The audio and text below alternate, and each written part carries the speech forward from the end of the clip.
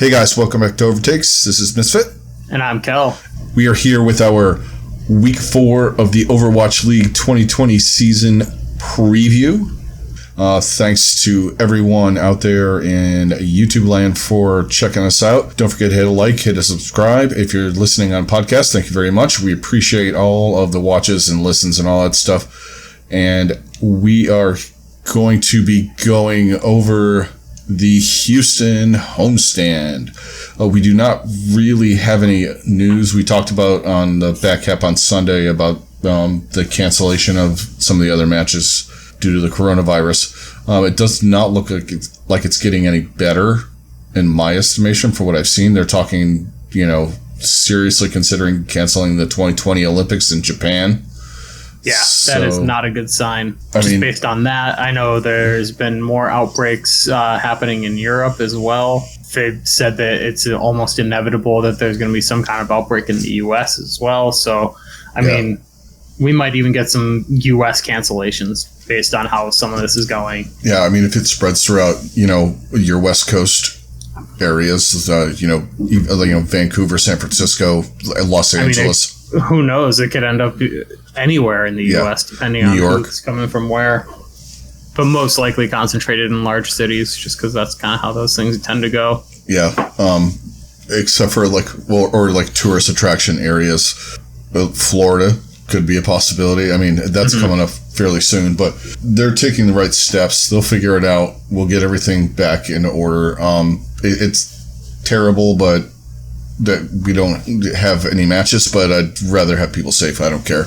Exactly. I'll deal with it later. But on to this week. So we're going to the big top. They should have held this at Circus in fucking Vegas. That would have been more appropriate. The fucking Barnum and Bailey Clown College in Florida, maybe. Years past, I would just say that'd be whatever museum is in Roanoke, Wisconsin, or something like that. They're just playing it in Des Moines in a cornfield outside of Des Moines. Anyway, jokes aside. Okay, so I think this place is going to be pretty electric. For Houston fans are there. They're out. They're somewhat discouraged right now.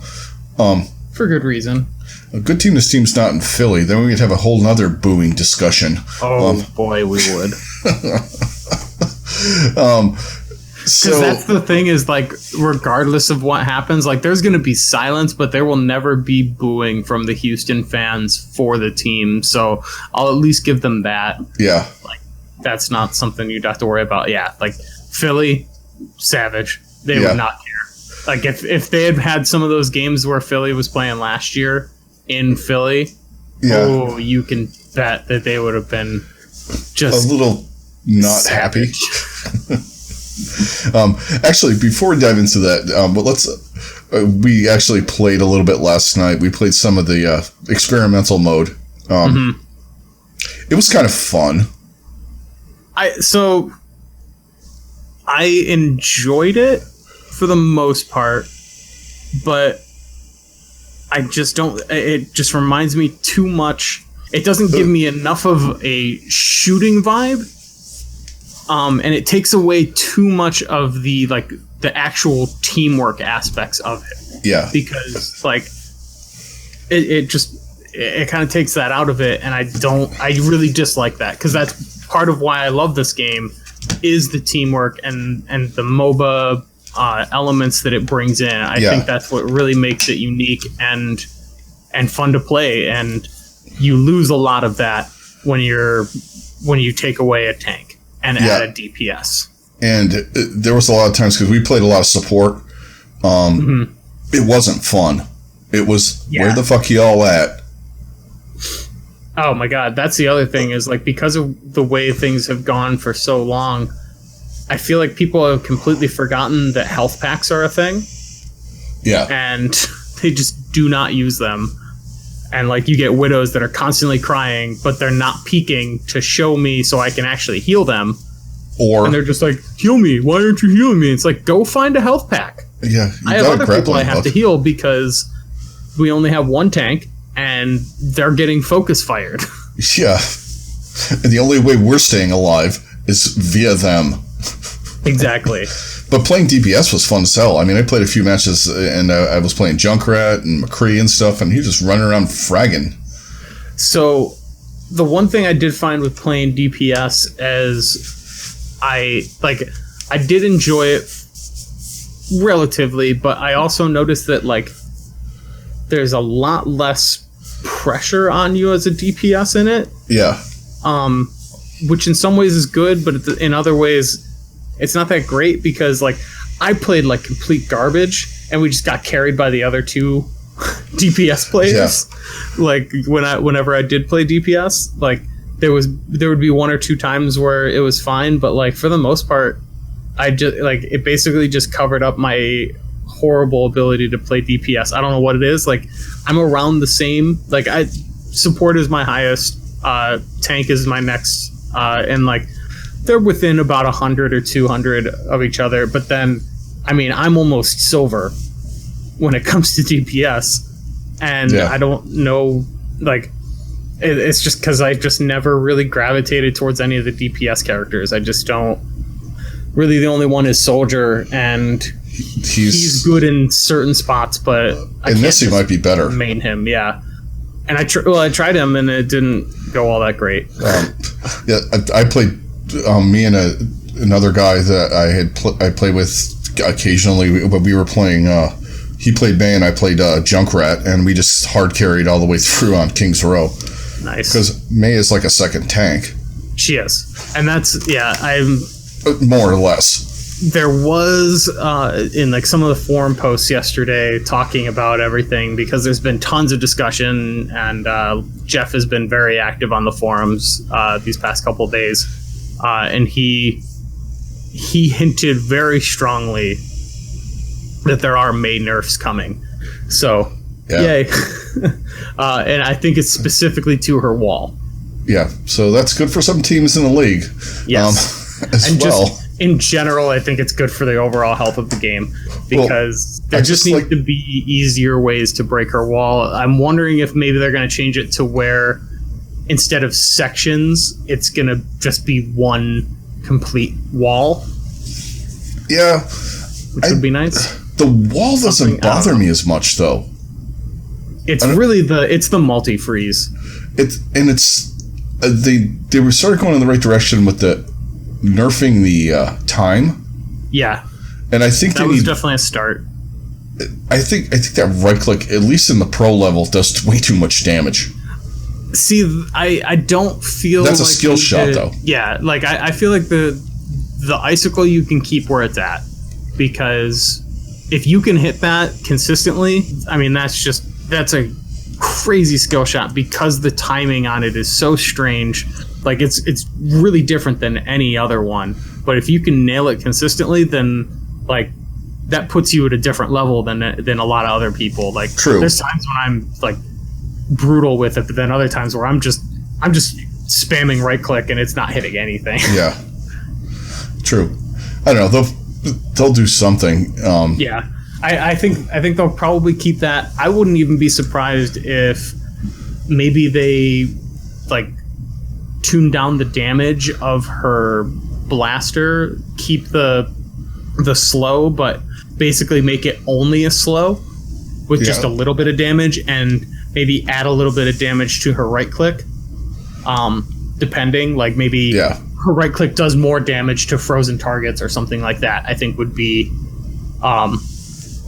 something that I think they could tinker with. That would make her a little more balanced and like not nerf her into the ground where she's never going to get played, but also put her in a place where she's not going to get played every single match because she's just a must pick right now. Yeah, it's just a revised GOATS. Yeah, it is. She is a tank. Yeah, more or less. I don't mind the multi-freeze. To me, it was the speed of how fast she froze things. Yeah. Like, so you just yeet onto the point and you're just fucking spraying shit everywhere, and there's 4 people frozen now. Right. Or, you get like a Orisa with a halt, and then you just spray at the halt. But yeah, they'll figure it out. It was kind of fun. I like that they're doing stuff like this, though, and that they're communicating about things, and the tank reworks and stuff like that are kind of neat. I thought the Zarya one was the coolest one. I do think that there's going to be things that they will tweak and things that they'll take from this. Yeah. But I don't see this being a permanent change to never come to this game. Like, it makes it too different, and it really takes away something that the game has. I think because like having that tank synergy is so vital, and like just adds so much more depth to the gameplay. Yeah, I mean, think about some of the things like with D.Va alone, like eating ultimates. I mean, how many fight saves happened this weekend alone with guys eating blizzards, eating flashbangs, stopping McCree ults, stuff like that. Right. I mean, it's all Mace or D.Va centered, but there's other things too. You're not gonna try and YOLO pin on Reinhardt when you're the only tank. Right. I think that there's things that they can do to make it better. I don't know if maybe you tune down how much damage the tanks can take, but like make them do more damage. Like you just have a total nerf to health pools for tanks, but then you kind of up their damage a little bit just so you can kind of get that shootery feel. And because like the big thing that they're trying to do is to lower the queue times for DPS, and while it does that, it raised the tank one everyone wants to try the new reworks, but still right. The tank. So there's that you have to take that one with a grain of salt, but at the same time, I feel like that would end up. I honestly don't know if it would end up resolving the issue, because I think even less people would want to be tanking. Yeah, I don't like the pressure. Yes. Of that. I mean, I don't mind pressure, but I'm not good with the tanks that are good in this. Right. I'm okay with Zarya. Like, D.Va's my best tank. Mm-hmm. And she is absolute hot garbage. Yeah, she is trash in this. And my second you are best less than useless when you lose your mech, too. Yeah. And it's just a liability. I mean, I played a couple matches because everyone wants to try stuff. The tank could try D.Va, get demeched instantly, and then you just switch to Reinhardt. Right. It would just become Reinhardt's show. Exactly. Really. Maybe Zarya, Spotty, and maybe Roadhog. But if you focus fire at Roadhog before he hits that take a breather, you just absolutely destroy him. Well, if they have a Roadhog, then you just switch to Ana and you anti-nade him and nuke him down. Like it's gonna end real quick. Yeah, I mean, there's definitely things that they can take. I love that they're experimenting. I'm interested to see what the next thing we get on the experimental card is. I want to see a 5v5. Someone brought that up. Ooh, that could be interesting. Yeah. But, like, 1 tank, 2 DPS, 2 healer. Somebody else made a... Or 3 DPS, 1 healer. Where you would do... what was it? It would be 7 on 7. It would be 2 tanks, 2 healers, 3 damage. Ooh. See, but it might get a little too crazy with that. That was the big concern with that one. And you just run double sniper and 1 flanker. Yeah. Probably. A Tracer or Genji. Or you even run a Junkrat. Yeah. Spam damage. That was my biggest issue, is having it that way powers up those flanker characters so much that like they feel oppressive now. Yeah, and you can't get any work done on support because you're just constantly being harassed by a Tracer and a Genji, and you have the fear of getting picked off by a widow at the same time. And you can't run someone like Brig who counters that because you get no value out of healing. You're just waiting for flankers to come around and try and shield bash him. Mm-hmm. You can't keep anyone alive. That's kind of the point. Yeah, because it completely makes Brig completely useless because she can't, there's no one clumped up or anything. They can just isolate a Brig so easily and just take her out. Yeah, I mean, from that, I just picked up on that Zen Anna is probably the best combo from when we were playing, because you get some damage. It definitely made Zen much more viable because of with Discord and the lack of shields. Oh man, he just got alive. Now all you gotta do is hit some headshots and you're good. Right. There's definitely a lot. I think there's more cons than there are pros to it. Yeah, but I'm waiting to see the next one. Yeah, I'm excited to see what else they bring to the table.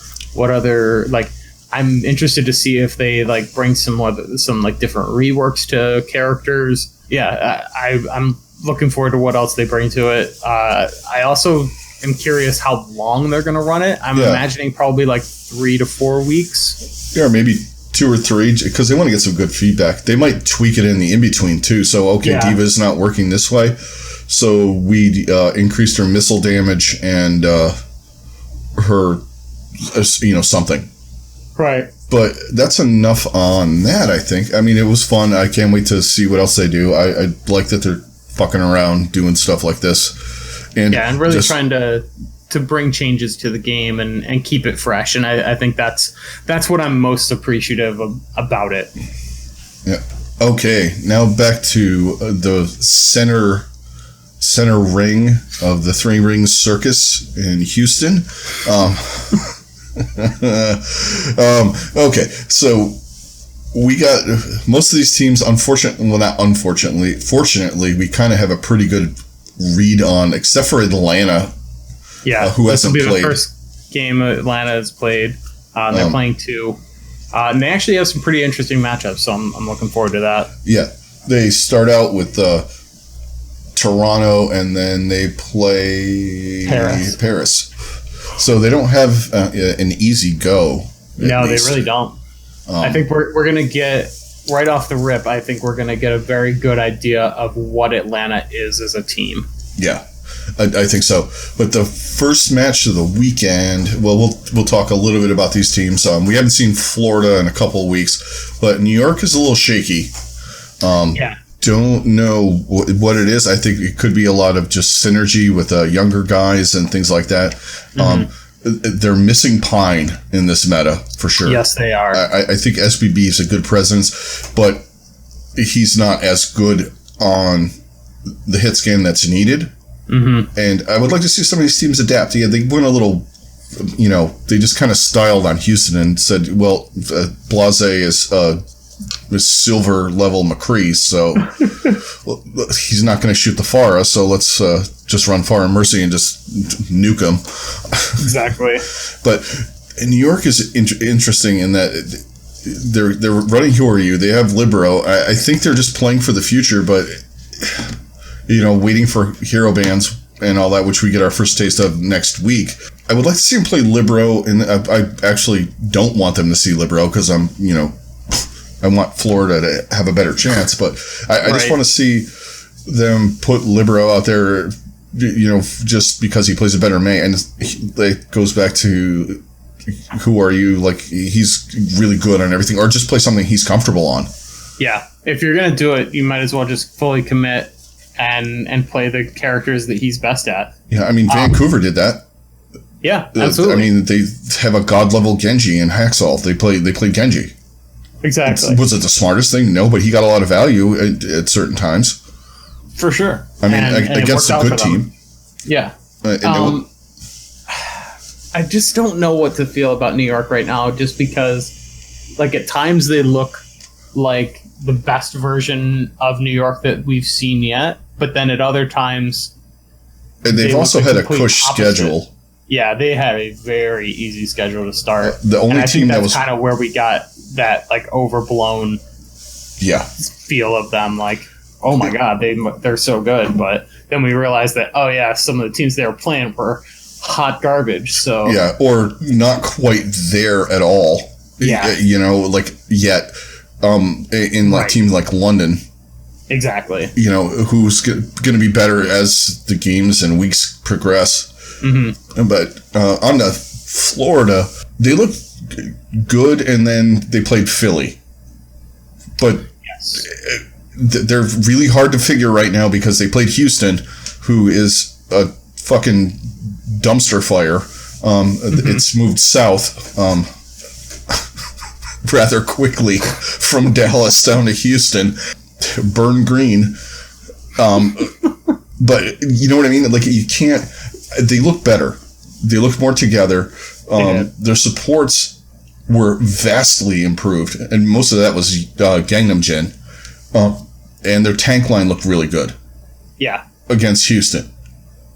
And everybody kind of fell off a little bit against Philly, but I think Philly's far superior to them right now. I mean, later in the season, it could be different. They might have a closer game against them.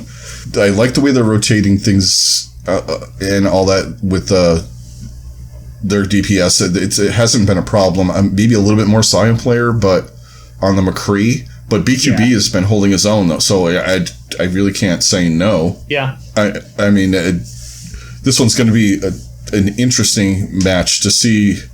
I think it could be close, but I still have New York is way better on my brain just by looking at the roster.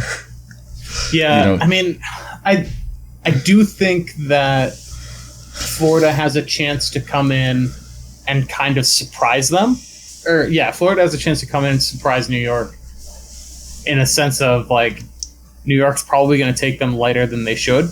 Yeah. So that could work to Florida's advantage. So I'm kind of seeing this as like a close 3-1 New York win. Yeah. But I think Florida's going to look a lot better than what the final score is after it's all said and done. Yeah, and their schedule's kind of front-loaded. Well, it's kind of like back and forth, actually, a little bit, I guess. Later on, they have London, who we'll talk about in a minute. Best match, I think, of the weekend is going to be probably on Saturday between Toronto and Atlanta. Mm-hmm. Haven't seen Atlanta yet. They're scary on paper. With, Erster and Edison, and then, you got Hawk. You finally get to see Hawk and Gator play together. Which, how impossible is that this meta has worked out for them like this? Yeah, right. Reinhardt Diva. Yeah, that's going to be gross. And they can run other things too. It's not like they're hard stuck on that. Like, Gator's pretty versatile. I'm really afraid of their DPS, and then their supports are, good. I think Dogman is, improved a lot over the season last year, and I think he's ready to come out and, show what he's got now. For an unknown reason, they hadn't played until week 4. Yeah. I mean, it's just kind of how it all played out. I know most teams have like a big a gap in their schedule, so I kind of get it. Yeah, but to start? Yeah, it's weird for it to be so early. Yeah, and one of them has one at the end, like way at the end, like maybe the last 3 weeks of the season they don't play. Yeah. I forget who it was, but and then Toronto's coming off almost a miracle win, and probably the best played match we've had all year. Yeah, I rewatched that on in the replay viewer, and that was especially that King's Row there was just good plays coming out of both sides, like all over the place. I think this one's going to be pretty tight. I want to see Surefour in there most, if not all of the time. I agree. And maybe swap out agilities for logics when you want to do something, Tracer-ish or something like that, or run Widow, but you still have Surefour, who's really good at Widow too. It's one of those things. I think they're trying to see what works best, and I think they found out. Hopefully they kind of stick with that. And Logic still has potential to pop off and do whatever, when you throw them in there. Yeah, I think...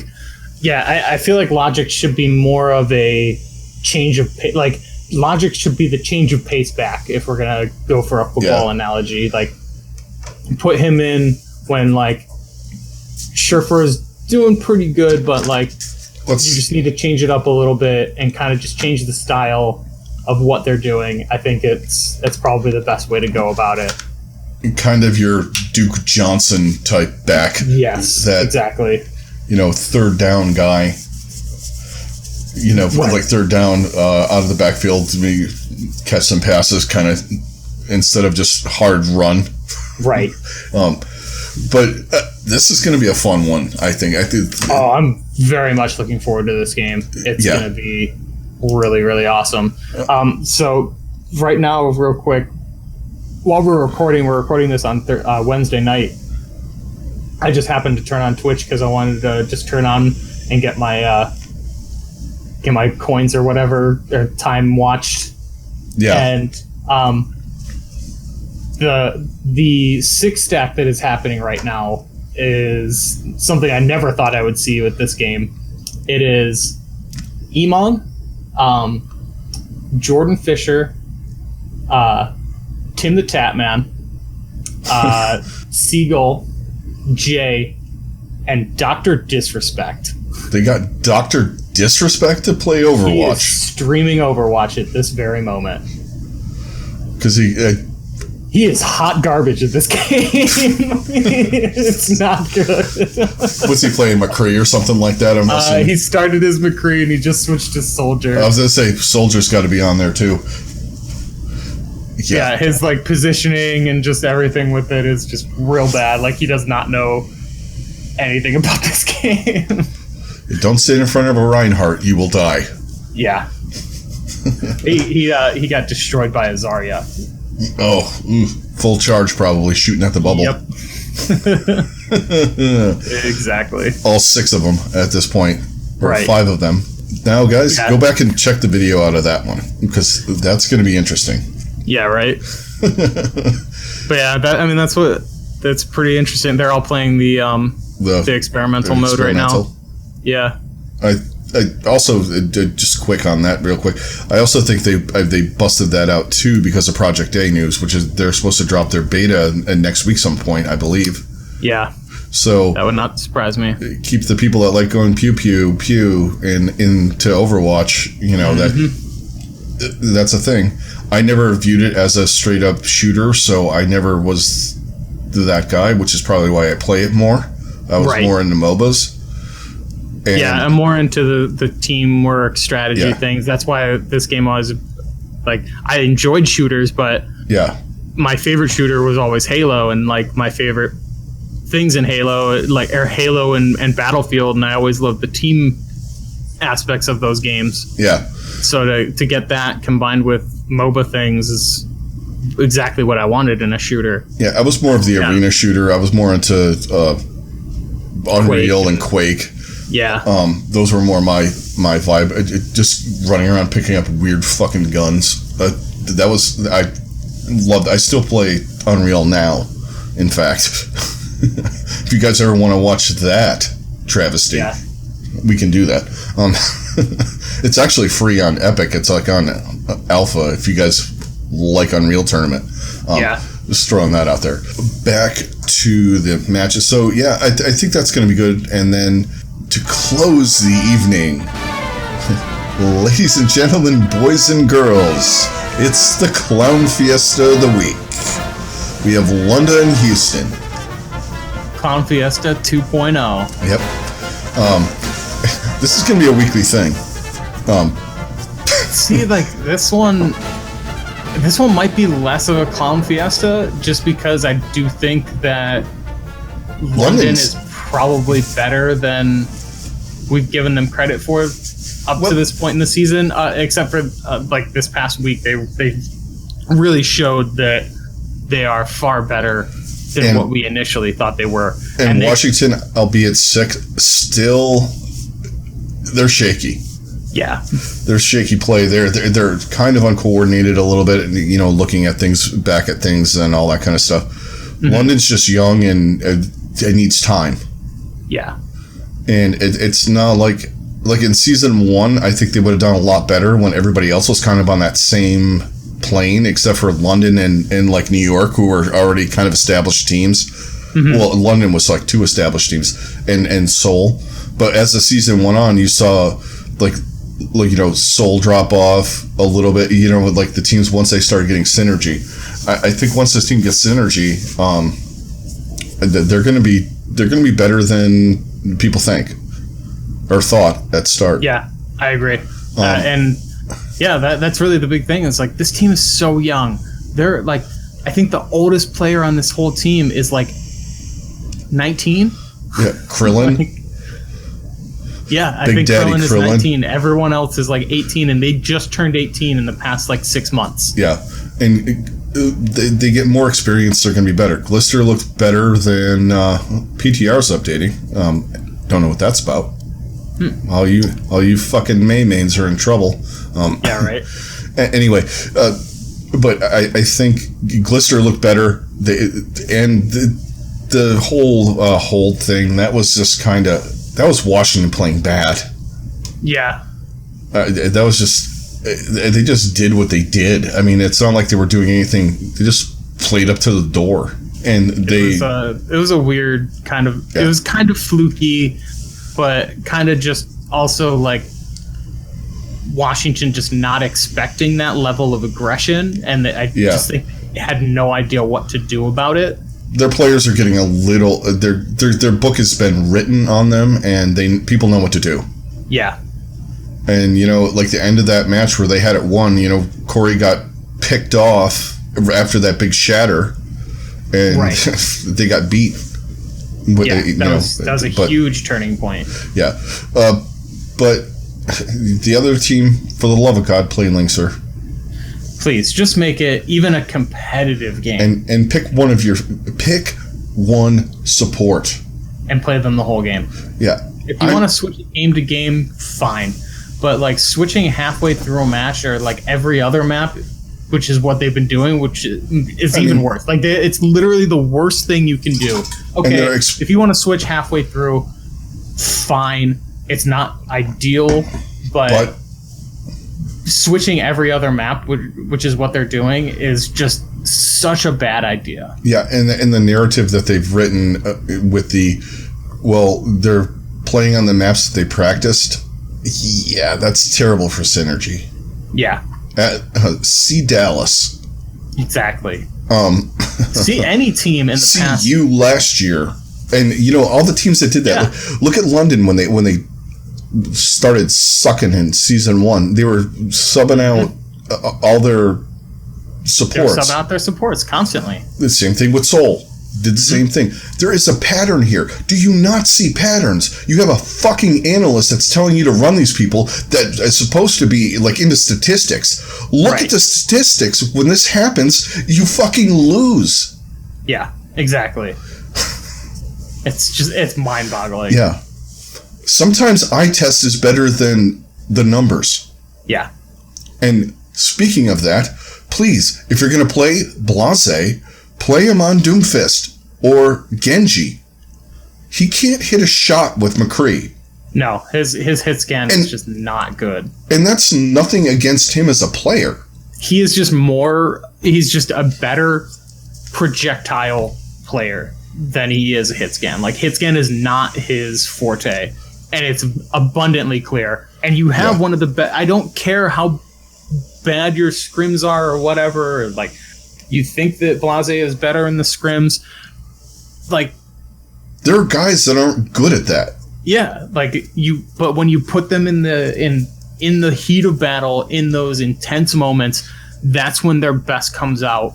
Yeah. And I feel like that's what Linkser is. And just the fact that they haven't even tried it, but then they're constantly switching out their supports is maddening. Yeah. Team is so frustrating. And the hydration Dante thing is fine. Yeah. That's last week, the hydration was so sick you couldn't even make the trip. Right.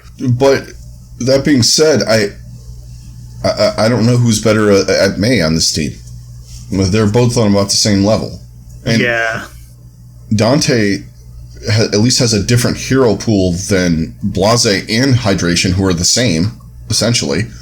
Doomfist, Pharah, Genji, that kind of stuff. I would tinker with that more than tinkering with the support line.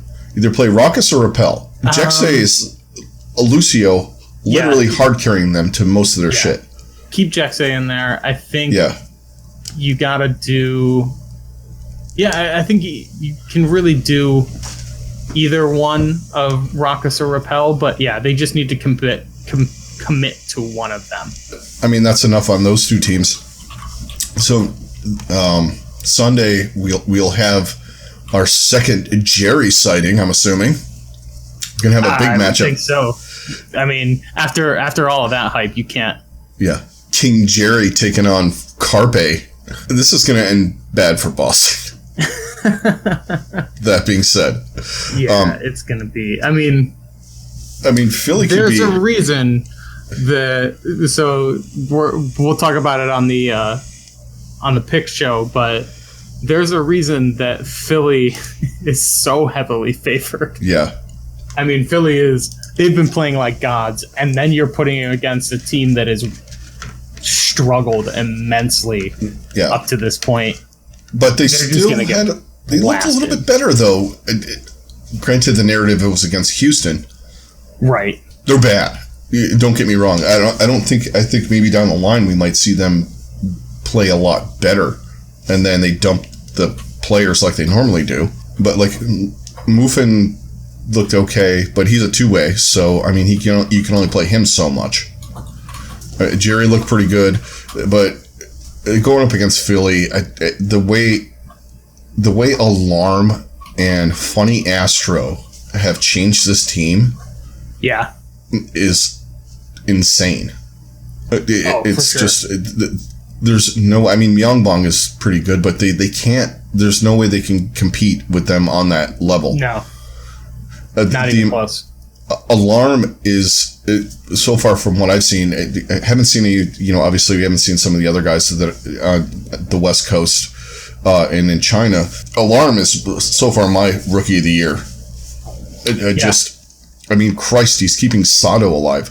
Sato actually looks decent because he's got resources pumped into him. Yeah, absolutely. And I mean, and it's nothing against their previous supports. I just think that these guys, it's like they're on another level. Yeah, it's like going from a basic starter to an all-star. Yeah. Or, someone, like in baseball, someone that wins, goes 16-12 to someone that's 20-9 with a under 3 ERA. But yeah, Philly's going to just do Philly things. But I want to see what Boston does, though, because they showed me a little bit, and they were kind of fun, which is weird for a Boston team. Yes. And don't give me 2004 Red Sox, because no. Yeah.